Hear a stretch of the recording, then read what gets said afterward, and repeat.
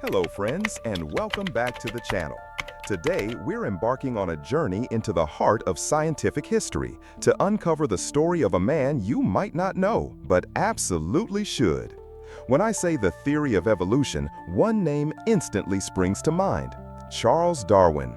His monumental work, originally discovered in Original Biogeography, is a cornerstone of modern biology. But what if I told you that at the very same moment Darwin was painstakingly compiling his 2 decades of research, another brilliant British naturalist, thousands of miles away in the sweltering jungles of Southeast Asia, independently conceived of the exact same mechanism for evolution? This is the incredible and often overlooked story of Alfred Russel Wallace, a man whose life of adventure, tragedy, and earth-shattering insight makes him one of the most compelling figures in the history of science. He was an intrepid explorer, a pioneering biologist, a social activist, and the co-discoverer of natural selection. So why has his name been relegated to the footnotes of history? Let's find out. Unlike Darwin, who was born into a wealthy and well-connected family, Alfred Russel Wallace came from much humbler beginnings. Born in Wales in 1823, his family's financial struggles meant his formal education ended at the age of 14. He was largely self-taught, devouring books on natural history, exploration, and surveying. This background instilled in him a relentless work ethic and a practical, hands-on approach to science. He wasn't a gentleman scientist in a comfortable study. He was a man who needed to earn his living. And for a passionate naturalist in the 19th century, the most direct way to do that was by becoming a professional collector, venturing to the far corners of the world to find exotic specimens for wealthy collectors and museums back in Europe. In 1848, at the age of 25, Wallace and his friend, fellow naturalist Henry Walter Bates, embarked on their first great expedition, a journey to the Amazon rainforest.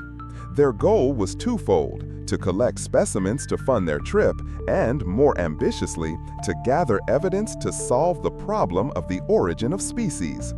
Think about that ambition for a moment. This wasn't just a collecting trip, it was a quest for one of science's deepest secrets. For 4 years, Wallace trekked through unimaginably dense jungle, navigated treacherous rivers, and endured the constant threats of disease and dangerous animals. He meticulously documented the flora and fauna, sketching and taking notes on thousands of species of insects, birds, and monkeys, observing firsthand the subtle variations between similar species separated by geographical barriers like rivers. But this grand adventure ended in absolute catastrophe. In 1852, Wallace began his long journey home. The ship he was on, the Augustana, caught fire and sank in the middle of the Atlantic.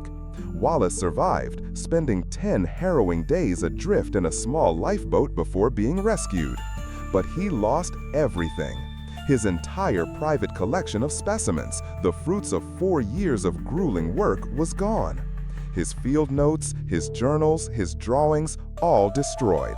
It was a devastating, soul-crushing blow. Many would have given up forever, but not Wallace.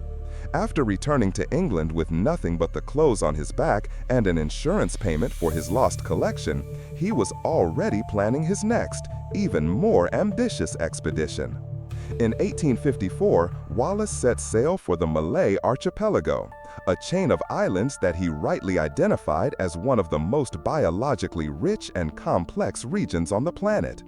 This expedition would last for 8 years, and it would change the world. He traveled over 14,000 miles between the islands, often in small, rickety local boats, and collected a staggering 125,600 specimens, including more than 5,000 species new to Western science. It was here, amidst this staggering biodiversity, that his ideas about evolution began to crystallize. He noticed a striking and mysterious pattern. The animals on the islands in the western part of the archipelago, like Borneo and Sumatra, were clearly related to the fauna of Asia.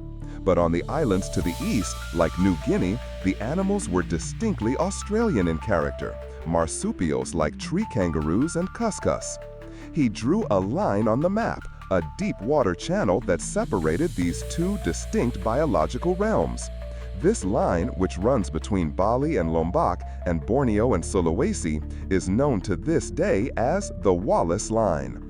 It was a foundational discovery in the field we now call biogeography, the study of how life is distributed across the planet. Wallace was the first to realize that these deep-sea straits had acted as a permanent barrier for millions of years, allowing life on either side to evolve in isolation. He was truly the father of biogeography, a monumental achievement that on its own would have secured his place in scientific history. But his greatest insight was yet to come. In February of 1858, on the small island of Ternate in what is now Indonesia, Wallace was struck down by a severe bout of malaria. Lying in his hut, racked by fever and chills, his mind began to race. He thought about the ideas of Thomas Malthus, who had written about the inevitable checks on human population growth, famine, disease, war. He thought about the struggle for existence that he saw everywhere in nature. And then, in a fever-induced flash of brilliance, it all clicked into place. He realized that variation is constant within any species. Some individuals are slightly faster, stronger, better camouflaged, or more resistant to disease. In the constant struggle for life, those individuals with any slight advantage would be more likely to survive, reproduce, and pass on those advantageous traits to their offspring. Those without the advantage would be more likely to perish. Over vast stretches of time, this process would naturally lead to the gradual modification of species and eventually the formation of new species perfectly adapted to their environment. He had independently discovered the theory of evolution by natural selection. Excitedly, as soon as the fever subsided, he wrote down his theory in a 20-page essay. And who did he send it to? The one man in England he knew was deeply interested in the subject, a man he respected and had corresponded with before, Charles Darwin.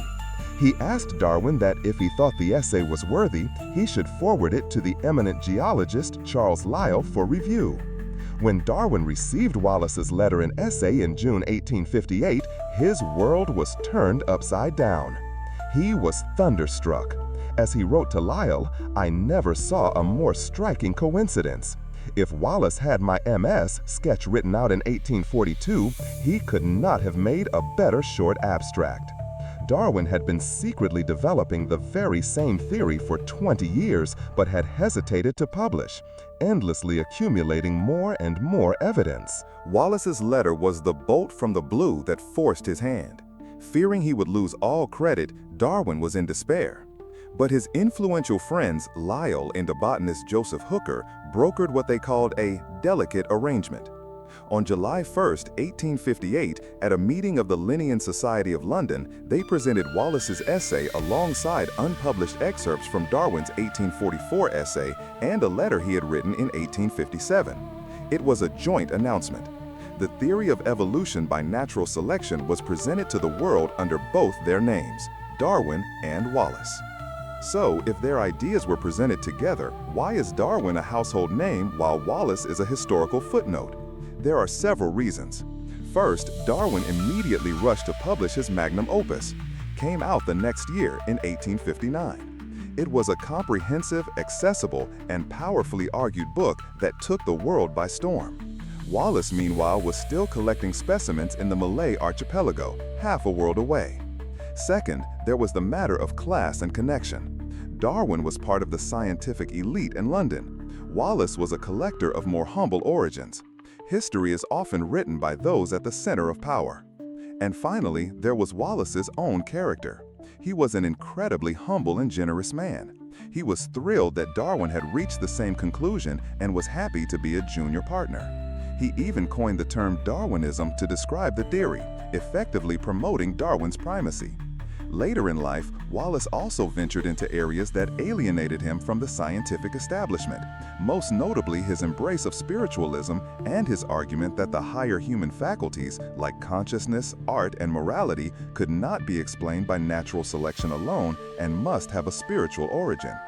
This divergence made it even easier for the scientific community to champion the more purely materialistic Darwin. But none of this diminishes Wallace's genius or his monumental contributions. He was a co-discoverer of one of the most important ideas in human history. He was the father of biogeography. He made pioneering contributions to island biology, the study of animal coloration, and even early conservation theory. His life is a testament to the power of curiosity, resilience, and pure intellectual horsepower.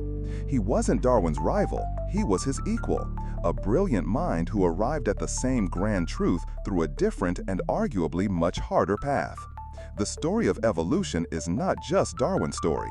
It's the story of Darwin Wallace, a tale of simultaneous discovery that reminds us that great ideas are often just waiting in the air, ready for the right minds to grasp them, whether in a comfortable English study or a feverish hut in the farthest reaches of the jungle.